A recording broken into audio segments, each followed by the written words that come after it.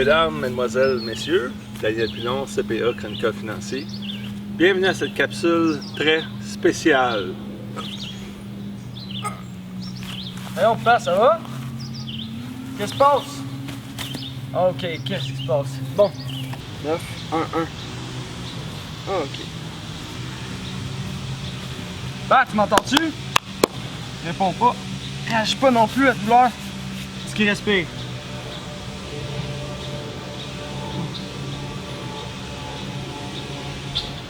Pas de respiration. On y va.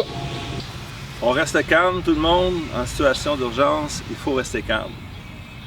Si cette vidéo permet de sauver une seule vie, on aura fait notre job. Exact. Donc, Renaud, j'ai simulé un arrêt cardiaque. Je suis tombé sur le dos. Là, première chose que tu as faite. Immédiatement, on appelle le 911, c'est la première étape. Sinon, on repousse tout le processus pour aider la personne. Pas de niaisage à improviser, 911 en partant. On va commencer par le stimuler verbalement. Donc, on va essayer de crier son nom, comme j'ai fait avec toi. S'il ne répond pas verbalement, on va essayer de le stimuler par la douleur. Si il réagit comme ça, bien naturellement, il est encore vivant. Donc, on n'a pas à faire les manœuvres à ce moment-là. Donc, ça, c'est la prochaine étape. Donc, à partir du moment où la personne ne respire plus, tu as des manœuvres à faire. On va aller regarder ça à l'instant. OK, donc là, on a notre victime de malaise cardiaque. Exact. Le cœur est un petit peu à gauche ici. Non, en fait, le cœur, ça, on dit souvent cœur à gauche, c'est juste parce que le cœur, il dévie un petit peu vers la gauche, mais il est en plein centre. Donc, il faut s'assurer de faire les compressions en plein centre du thorax. Là, il y a des côtes par-dessus ça. Tu as le thorax qui est ici, le sternum. C'est ici qu'on va vouloir faire les compressions, pas sur les côtes, les côtés. OK? Fait que... Tu te mets en latéral comme ça. Exactement, sur les genoux. Puis là, ce qu'on va faire, à partir de... J'ai appelé le 911, on stimule verbalement. Monsieur, est-ce qu'on m'entend? Non. Ensuite de ça, on stimule avec la douleur. S'il est vivant, il va réagir, ça fait mal. On pèse fort. Ensuite de ça, on bascule la tête le plus qu'on peut. Comme ça, on permet à la personne de bien respirer.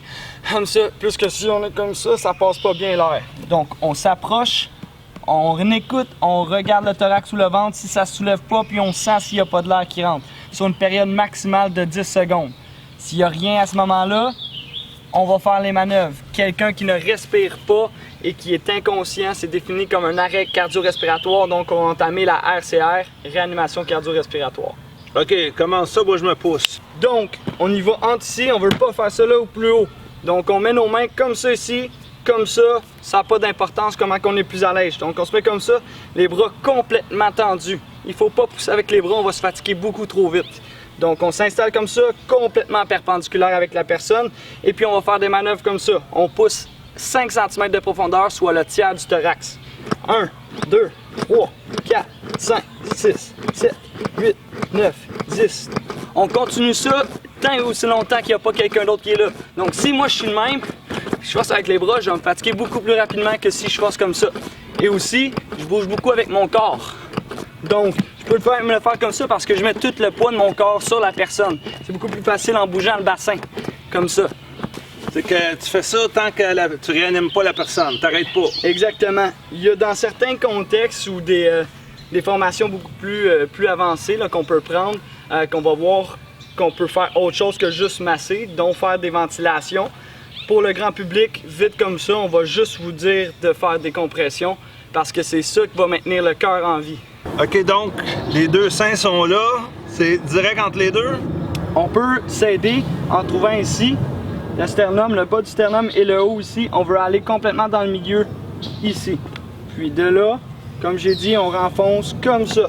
Puis une fois qu'on est au bout, quand on a enfoncé environ de 5 cm, on relâche totalement pour pouvoir permettre au cœur de reprendre tout le sang. Alors fais-le donc la dernière fois qu'on voit bien le rythme et la pression que tu mets. Comme ça. Papa, aussi, un bon truc pour se souvenir de la fréquence des cardio-respiratoires, ça va être...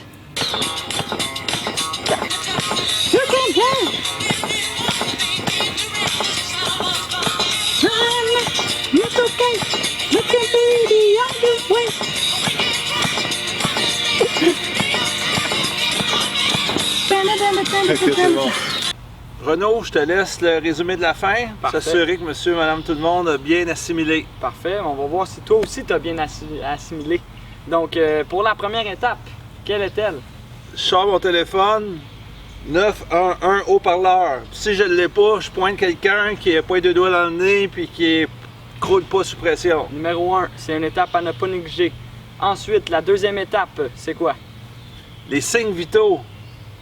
L'état de conscience, je pense. L'état de conscience. C'est que là, j'y parle, j'abrase, je fais mal. C'est que si il se passe rien, c'est un signe que ça va pas bien. Exactement. À ce moment-là, on voit qu'il est inconscient. Et ensuite de ça, il manque un autre facteur pour voir si on peut faire des La compressions. respiration. Qui est la troisième. Fait que là, t'écoutes 10 secondes, tu dis à tout le monde de se taire, de se tasser, j'imagine. Là. Oui. Puis la respiration. Maximum 10 secondes, faut pas perdre trop de temps. Parfait. Ensuite de ça, la dernière étape, une fois que Les ça, c'est compressions. compression thoracique fort et vite en plein centre du thorax. C'est bien beau, Renaud, tout ça, mais j'imagine dans la vraie vie, il peut y avoir des gens qui disent « Moi, je touche pas à ça, je veux pas avoir de troubles. » Qu'est-ce que tu penses de ça, toi?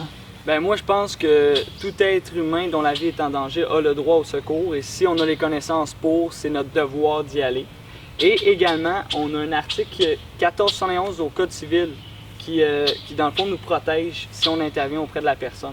L'article de loi protège quelqu'un qui a prêté secours à quelqu'un. Exactement. On serait exonéré des préjudices qu'on aurait pu causer à la personne. Donc, si on n'a pas dépassé nos limites et je fais des compressions cardiaques, je brise quelque côte, si la personne est de retour à elle plus tard et elle souhaite te poursuivre parce qu'elle a les côtes brisées, ben on va être complètement exonéré des charges. Renaud Pilon, merci infiniment. Plaisir. Formateur pour la Fondation des maladies du cœur et de l'ACV. AVC, ouais. Paramédic. J'ai oublié un autre titre. Fils. Le fils de Dan. En espérant que cette capsule vous a plu, je vous invite à partager pour vos proches, parents, amis, bref, quiconque dans votre entourage pourrait un jour être témoin d'un accident cardiovasculaire. C'est Daniel Pilon, CPA, chroniqueur financier, toujours indépendant. Elle, avec son weed eater, là.